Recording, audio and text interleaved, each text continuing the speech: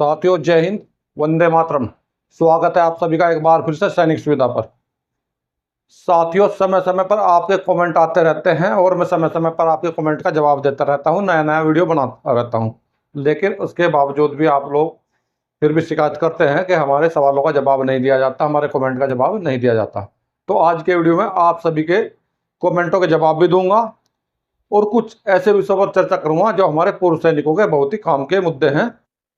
तो ये सभी मुद्दे मैंने अपने बोर्ड पर अपने पीछे लिखे हुए हैं, तो इनको स्टेप बाय स्टेप पहले आपको बताऊंगा, किन मुद्दों पर चर्चा होगी, फिर इसके बारे में विस्तार से आप लोगों को बताया जाएगा। तो चलिए सैनिक भाइयों, पहले देख लेते हैं क्या है ये मुद्दे। पहला मुद्दा है OROP 3 नहीं मिलेगा, सुप्रीम कोर्ट में केस हुआ दर्ज। तो सैनिक भाइयों, ये OROP 3 का मुद्दा है। जैसे कि 1 जुलाई 2024 से हमें OROP 3 अभी मिलने वाला है। तो इसके ऊपर क्या जानकारी निकल कर आ रही है, OROP 3 क्या हमें सच में नहीं मिलेगा? इसके लिए कोई सुप्रीम कोर्ट में केस दर्ज कर दिया गया है? इसके ऊपर आज के वीडियो में चर्चा करूंगा। इसके बाद में दूसरा मुद्दा है 8 CPC पर मोदी सरकार करेगी संसद में चर्चा। तो सैनिक भाइयों, जैसा कि आप सभी जानते हैं, अभी 8 ऑफ पे कमीशन जैसे ही 10 साल हमें 7वें पे कमीशन को हो जाएंगे तो 8 ऑफ पे कमीशन लागू हो जाएगा। और अभी अभी नई सरकार भी बन गई है। तो क्या चल रहा है नई सरकार के मन में? क्या 8वें पे कमीशन पर चर्चा कर रही है? क्योंकि जनवरी 2026 से हमें 8वां पे कमीशन लागू हो जाएगा। अभी इसमें काफी समय बचा हुआ है। इस बीच में क्या सरकार इस पर चर्चा करेगी? इसमें क्या माहौल बन रहा है, इस पर भी आज के वीडियो में चर्चा होगी। इसके अलावा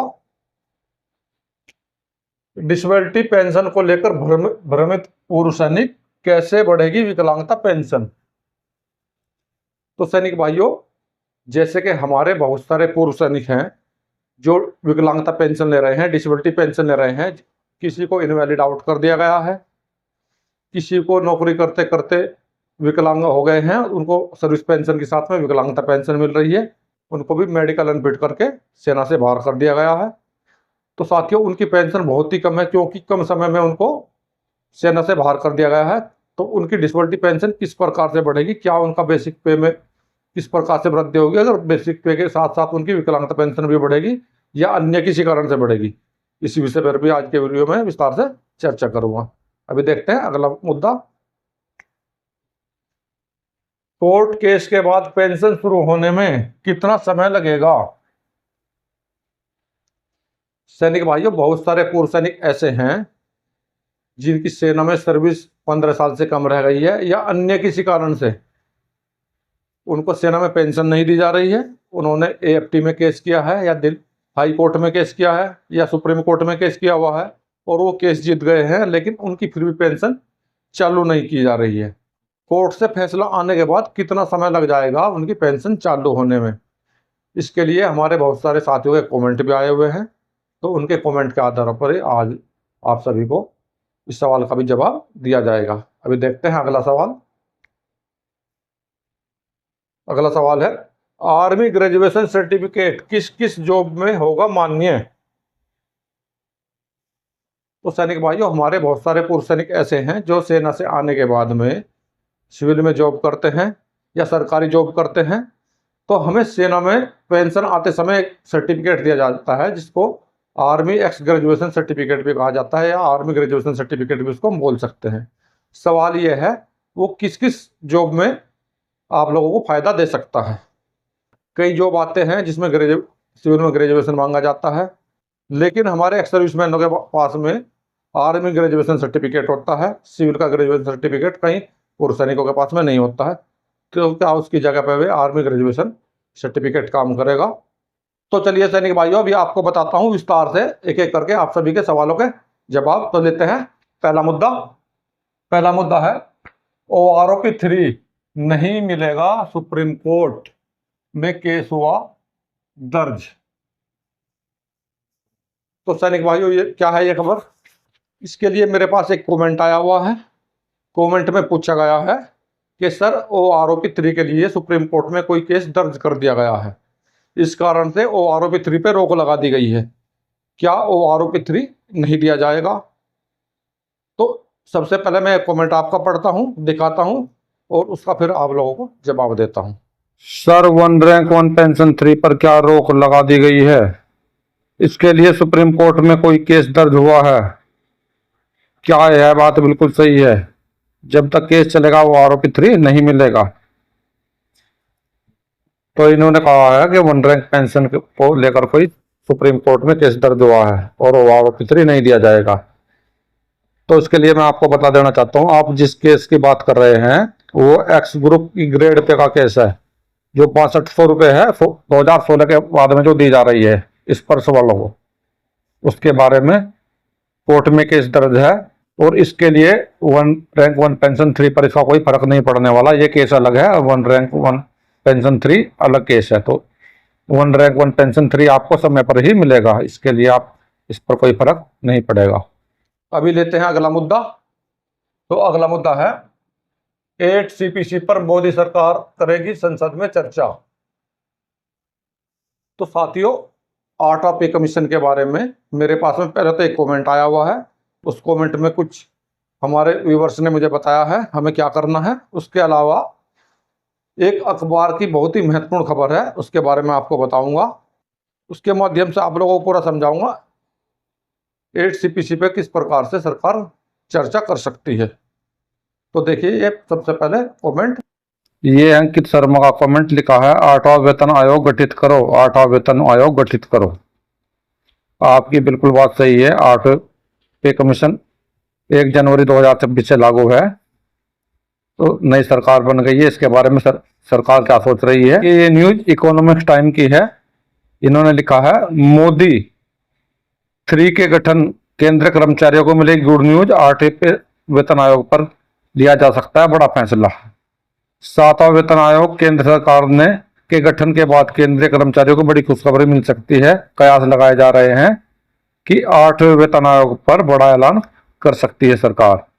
नई दिल्ली लोकसभा चुनाव के नतीजे सामने आए और फिर नरेंद्र मोदी ने पद की शपथ लेंगे केंद्र की ओर से। सरकार अगले कुछ महीनों में केंद्रीय कर्मचारियों को लेकर बड़ा ऐलान कर सकती है। दरअसल ऐसा कहा जा रहा है कि मोदी सरकार 8वें वेतन आयोग पर चर्चा कर सकती है। हालांकि इसके लिए कोई तारीख निर्धारित नहीं की गई है, लेकिन चर्चा जल्दी होने की उम्मीद है और 8वां वेतन आयोग लागू कर सकती है। केंद्रीय कर्मचारियों की सैलरी में खासी बढ़ोतरी होगी।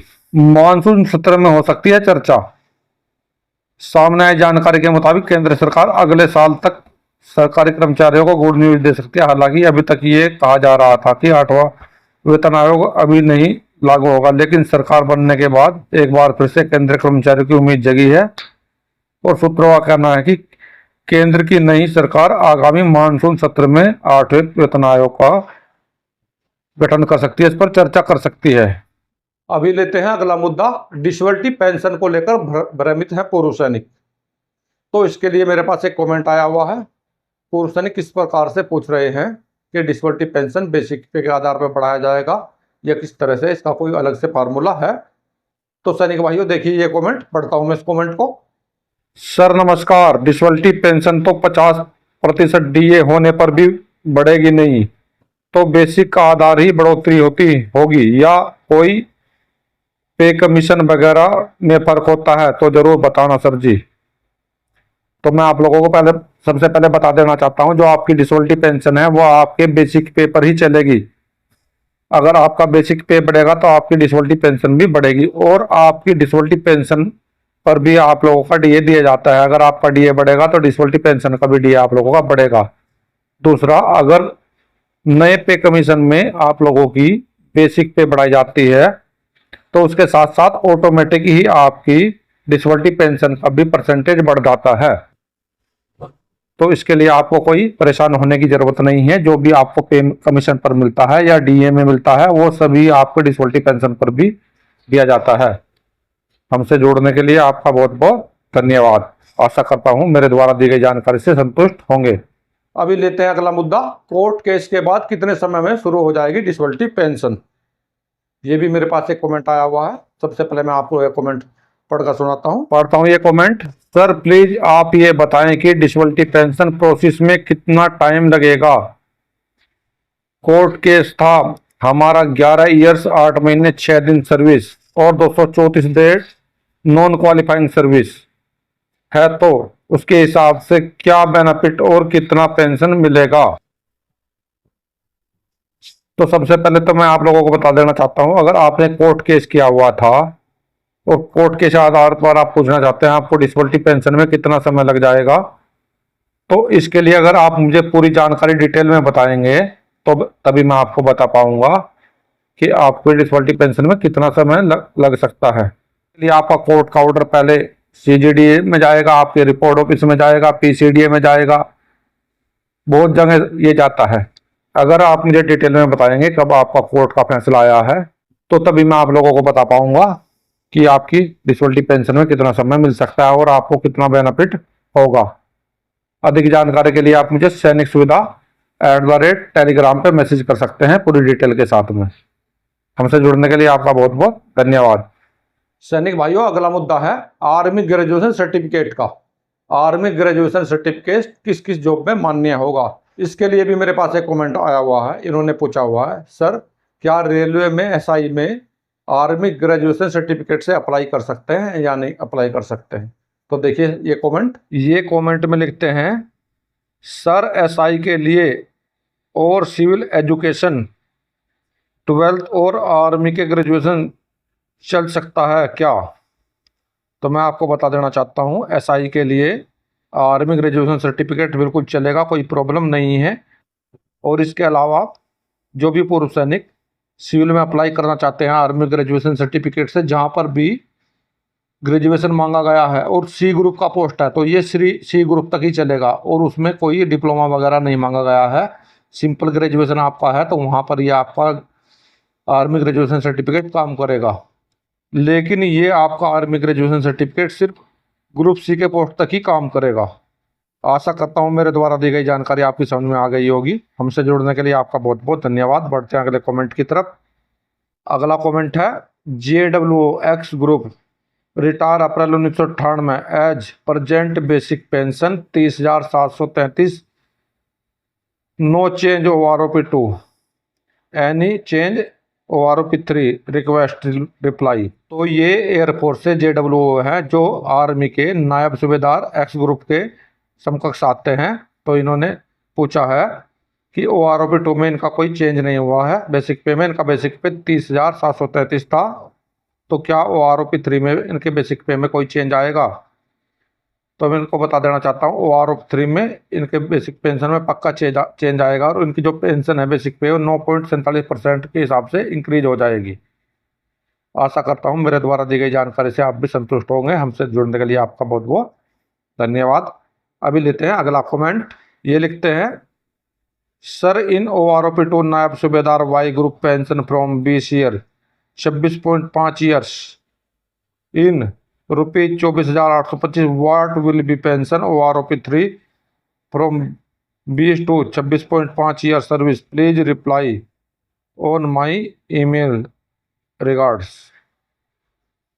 तो इन्होंने पूछा है OROP2 में 20 साल से लेके और 26.5 साल तक जो बेसिक पेंशन थी नायब सूबेदार की वो थी 24,825 रुपये।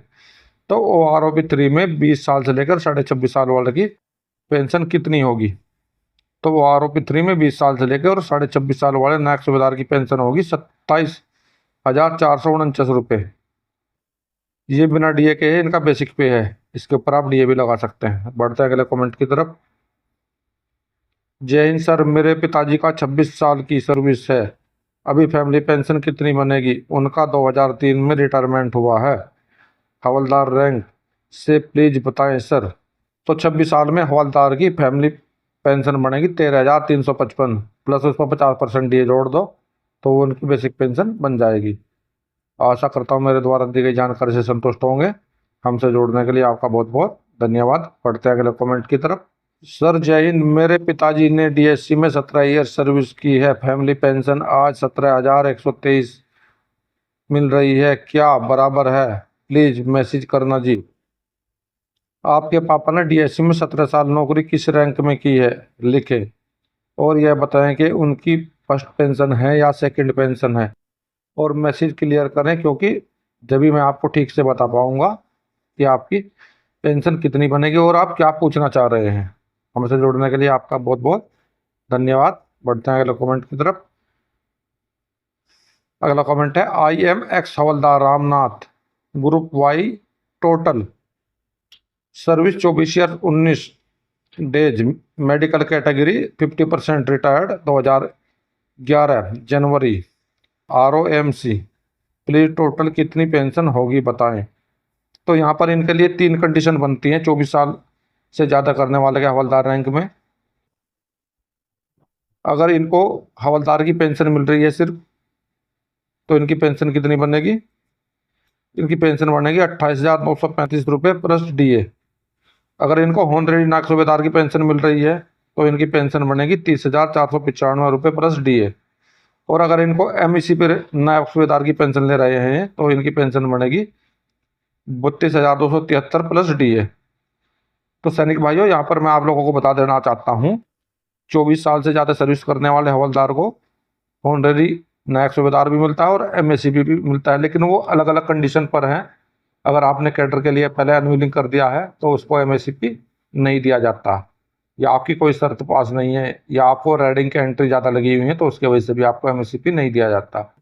तो आप किस प्रकार की, तीनों में से जिस प्रकार की पेंशन आपको मिल रही है आप इसमें देख सकते हैं। मैंने तीनों प्रकार का आपको जवाब दे दिया है।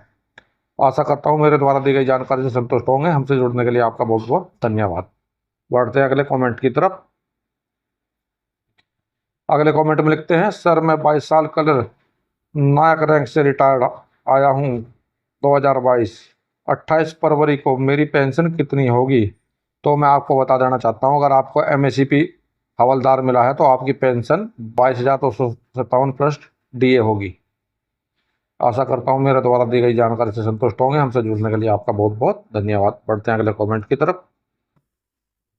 अगला कमेंट है, सर सिपाही को स्पेशल फैमिली पेंशन कितनी होगी। तो सर आपने सिपाही की फैमिली पेंशन का पूछा है, लेकिन इसमें सर्विस नहीं लिखी है, कितनी सर्विस वाले सिपाही की स्पेशल फैमिली पेंशन आप पूछ रहे हैं।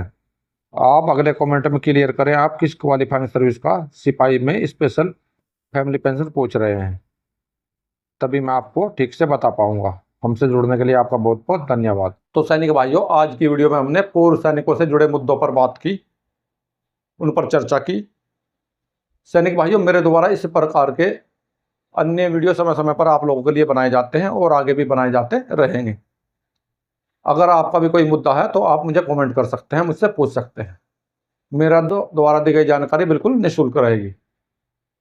सैनिक भाइयों, अगर आप लोगों को मेरे द्वारा दी गई जानकारी अच्छी लगी है तो वीडियो को लाइक करें, चैनल को सब्सक्राइब करें, साथियों में शेयर करें, ताकि सभी पूर्व सैनिक और पेंशनर मेरे द्वारा दी गई जानकारी का भरपूर फायदा उठा सके।